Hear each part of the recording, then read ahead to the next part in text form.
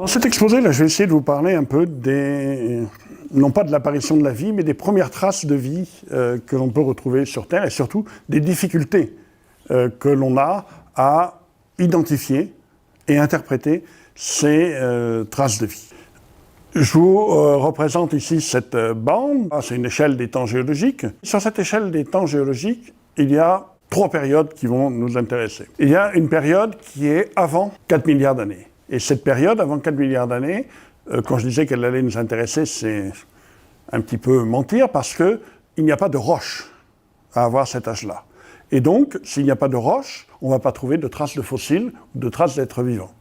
Donc, c'est une période pour laquelle on n'a pas réellement d'informations. À l'opposé, on a une période qui a commencé vers 540 millions d'années et qui continue aujourd'hui, et qui est une époque dans laquelle on a on a beaucoup de traces fossiles sous forme de coquilles, d'empreintes, etc. Là, il y a de quoi travailler. Parce qu'on a à la fois des êtres qui sont de grande taille et qui ont pu fabriquer des coquilles, des carapaces ou autres. Et puis, entre les deux, et c'est cette période à laquelle on va s'intéresser, on a des fossiles qui, a priori, sont des êtres unicellulaires, beaucoup plus difficiles à fossiliser. On va avoir donc des difficultés pour retrouver ces êtres fossiles. Alors, on ne va pas se laisser arrêter par ces difficultés, et on va essayer de voir un petit peu ce que l'on peut faire pour cette période-là. D'abord, qu'est-ce qu'un fossile? Un fossile, c'est la trace, l'empreinte d'un être vivant. Alors, ça peut être une coquille, comme la coquille d'huître que l'on voit, ça peut être des os, comme le squelette de poisson que l'on voit sur la gauche de cette diapositive,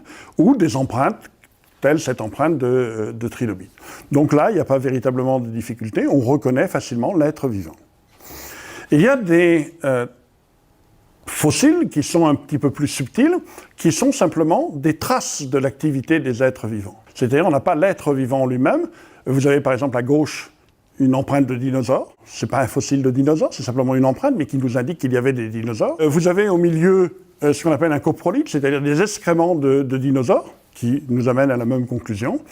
Et puis on a aussi des traces d'animaux qui se sont promenés sur le fond et qui ont laissé leurs traces sur le sable. Donc on n'a pas le fossile lui-même, on n'a pas l'animal, on a simplement sa trace, mais cette trace atteste de l'existence de ces êtres vivants à la période de formation de la roche. Et puis il y a d'autres traces qui sont recherchées, qui sont en fait des traces chimiques. Ça peut être par exemple les phosphines, ça peut être des stéranes, qui sont des molécules fabriquées presque exclusivement par les êtres vivants. Donc si on les retrouve dans des roches ou dans des minéraux, ça veut dire qu'il y avait des êtres vivants. Et puis il y a aussi des rapports isotopiques, on utilisera ces rapports isotopiques un petit peu plus tard, comme par exemple les rapports isotopiques du carbone. C'est-à-dire que les êtres vivants ne vont pas utiliser tout à fait les mêmes isotopes de carbone que certaines roches pour se former, et donc on va avoir des rapports isotopiques différents propres aux êtres vivants.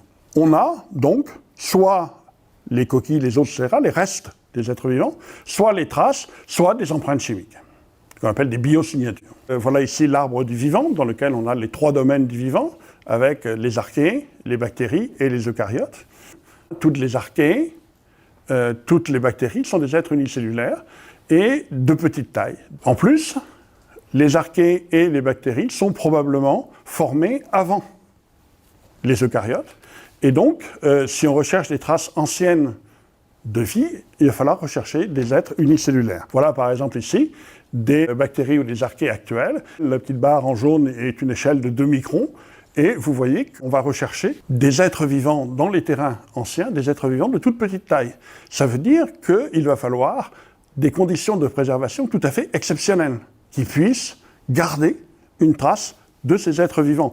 On imagine facilement qu'un être de quelques microns ne va pas pouvoir être préservé dans un environnement avec des galets ou avec des gros grains de sable. Il faut vraiment un sédiment très fin, une boue très fine, pour préserver ces matériaux. Donc ça, c'est une des difficultés de retrouver des traces fossiles sur Terre. Un autre problème, c'est que la Terre, notre planète, est une planète vivante. Vous avez tous entendu parler de la tectonique des plaques, et en particulier du fait que les fonds océaniques, progressivement, vont s'enfoncer, retourner dans le manteau, et donc les océans sont amenés à disparaître, et donc tous les enregistrements fossiles qu'il pourrait y avoir sur cette croûte océanique disparaissent dans les zones de subduction. On a un phénomène qu'on appelle un phénomène de resurfaçage, et la surface de la Terre change, et une partie de cette surface disparaît, par exemple, dans les zones de subduction. Mais on a aussi l'érosion qui va jouer un rôle important. L'érosion, c'est aussi le résultat de la tectonique des plaques. La tectonique des plaques forme des reliefs, et ces reliefs vont progressivement se détruire via les torrents, les rivières, etc. Je vous ai mis ici une photo de Canyonland où on voit des couches de sédiments qui sont érodées par des rivières. Donc on a une partie de l'enregistrement qui va disparaître en raison de l'érosion. Donc vous voyez les difficultés que l'on a pour ces terrains anciens. Premièrement, les êtres vivants dont on va essayer de retrouver la trace sont de toute petite taille, donc difficiles à garder, à conserver, difficiles à fossiliser, et en plus, la tectonique des plaques et l'érosion vont tendre à faire disparaître ces traces. Et plus le terrain est ancien, plus il aura de chances d'avoir été affecté par la tectonique des plaques, l'érosion, etc. Allons-en maintenant aux plus anciennes traces repérées sur Terre. Ce sont des formations qui sont des traces de vie. On n'a pas l'être vivant lui-même, on n'a pas l'enregistrement de l'être vivant lui-même. Ce sont simplement des traces, c'est ce qu'on appelle les stromatolites. Et vous avez ici ces stromatolites. Alors c'est quoi ces stromatolites? Ici ils ont 3,4 milliards d'années, donc vous voyez c'est quelque chose qui est quand même très ancien. Ces stromatolites, c'est en fait un film bactérien. Et ce film bactérien qui s'était déposé sur le fond des sédiments va piéger, va retenir des petits grains de sable, des petites particules, et petit à petit, retenant ces particules, va construire un petit édifice en forme de dôme, tel que celui que vous voyez ici à gauche, donc qui est formé de couches successives, et ce tapis bactérien va donner une structure qui est appelée stromatolite. Dans ces stromatolites anciens, 3,4 milliards d'années, on ne retrouve pas de traces des bactéries qui ont fabriqué le tapis bactérien. Cette forme de stromatolite nous indique qu'il y avait des êtres vivants à ce moment-là. En regardant toujours dans le registre géologique, on peut regarder des travaux qui ont été faits sur des formations siliceuses, qu'on appelle des schertes, en Afrique du Sud, et dans lesquels on va retrouver des traces de tapis bactériens. Vous voyez sur la diapo de gauche des filaments bactériens, et sur la diapo de droite une colonie de ce que l'on pense être une petite bactérie ou archée. Donc là aussi, dans ces matériaux, aussi 3,4 milliards d'années, on a des traces d'êtres vivants. Toujours en Afrique du Sud, et là je vous ai mis une diapo dans laquelle on compare des données dans les roches anciennes et des structures modernes, et on voit aussi le développement de tapis bactériens qui forment des petits reliefs, comme un peu des petits stromatolites. Et là aussi, 3,4, 3,2 milliards d'années, on a des traces d'êtres vivants. Ici, il y a une diapo qui représente des cellules, probablement des eucaryotes, et qui ont un âge de 3,2 milliards d'années. Ça voudrait dire donc que les eucaryotes sont apparus très tôt. Alors que jusqu'à présent, on pensait que les eucaryotes étaient apparus plutôt au niveau de 2 milliards d'années. Ces cellules ressemblent à des cellules d'eucaryotes. Simplement, je vous ai mis en bas des photos de la membrane cellulaire. La membrane cellulaire, normalement, est constituée de 2 couches chez les eucaryotes, et ici, elle n'est constituée que d'une couche. Donc, est-ce que ce sont des vrais eucaryotes ou pas?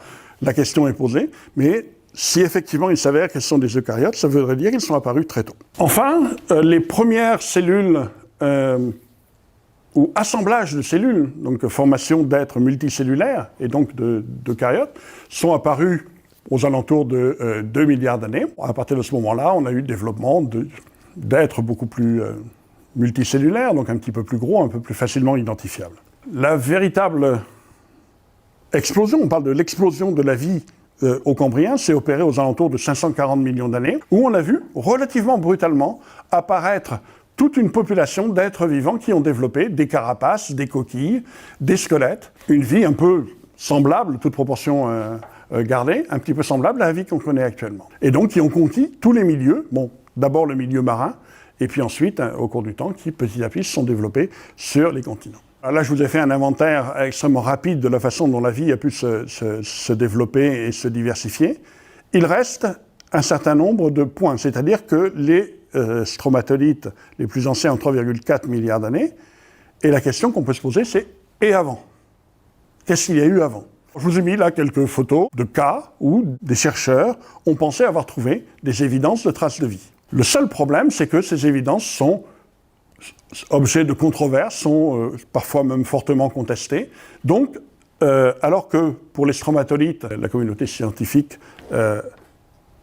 admet qu'il s'agit bien de traces de vie, pour tout ce qui est représenté ici avant 3,4 milliards d'années, il y a toujours des discussions avec des arguments en faveur et des arguments en défaveur d'une origine biologique de ces traces que l'on retrouve.